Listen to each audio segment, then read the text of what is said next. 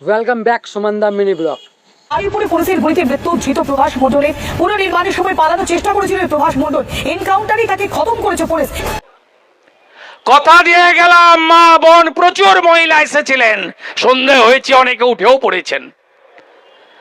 Record করে রাখুন রাজ্যের বিরোধী দলের নেতার কথা। বিজেপি এলে এই ধর্ষকদেরকে কোর্টে পাঠাবো না, সকালে জমা নেব, বিকালে খরচ করব।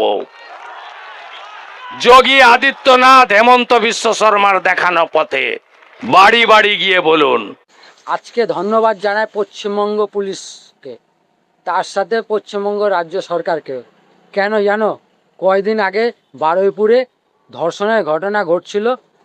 এই চারজন মিলে একটি 12 বছরের বাচ্চা মেয়েকে ধর্ষণ করে তাকে জিন্দা অবস্থায় পুকুরে ফেলে দেয়।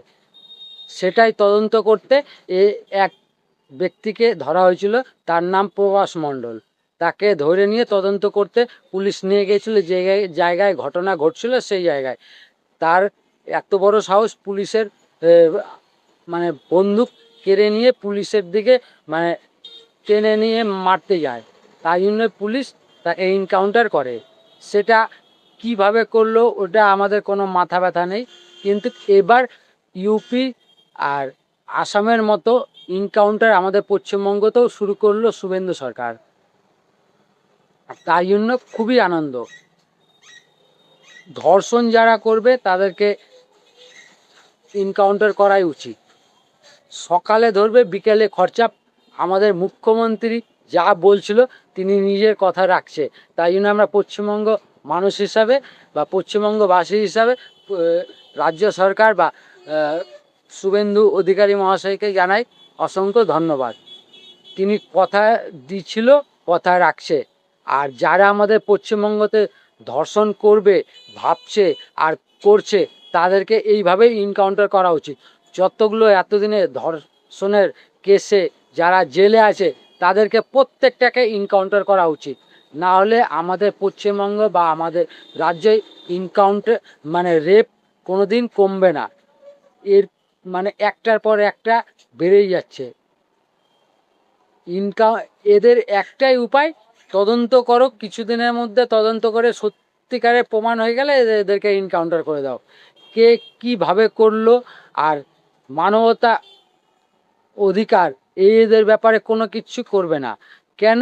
এরা মানুষ না। এরা যদি মানুষ থাকতো তারা এই ছোট ছোট বাচ্চাকে ধর্ষণ করতে না। তাদের একটাই উপায়, ডাইরেক্ট মৃত্যু। আমার পার্সোনালভাবে আমি রায়গঞ্জের লোক, রায়গঞ্জবাসী হিসাবে আমাদের প্রিয় মুখ্যমন্ত্রী শুভেন্দু অধিকারী মহাশয়কে জানাই অসংখ্য ধন্যবাদ। কেন? এই ধর্ষণ কয়দিন ধরে এত মোবাইল বা টিভিতে নিউজ দেখছি, খালি ধর্ষণ।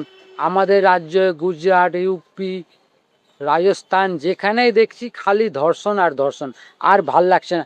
প্রত্যেকটা রাজ্যতে একটাই সাজা, সেন্ট্রাল গভর্নমেন্টকে বলি একটাই সাজা হোক, এনকাউন্টার। এর বেশি কিচ্ছু বলবো না। আমাদের মুখ্যমন্ত্রী কথা দিয়ে কথা রাখছে। সকালে ধরবো, বিকালে খরচা, এই ডায়লগটি তিনি দিচ্ছে, এই ডায়লগের মানটি রাখছে। আলিপুরে পুলিশের গুলিতে মৃত্যু ধৃত প্রভাস মণ্ডলের। পুনর্নির্মাণের সময় পালানোর চেষ্টা করেছিল প্রভাস মণ্ডল, এনকাউন্টারই তাকে খতম করেছে পুলিশ। রেকর্ড করে রাখুন রাজ্যের বিরোধী দলের নেতার কথা। বিজেপি এলে এই ধর্ষকদেরকে কোর্টে পাঠাবো না, সকালে জমা নেব, বিকালে খরচ করব। যোগী আদিত্যনাথ হেমন্ত বিশ্ব শর্মার দেখানো পথে বাড়ি বাড়ি গিয়ে বলুন। জয় হিন্দ, বন্দে মাতরম, ভারত মাতা কি জয়।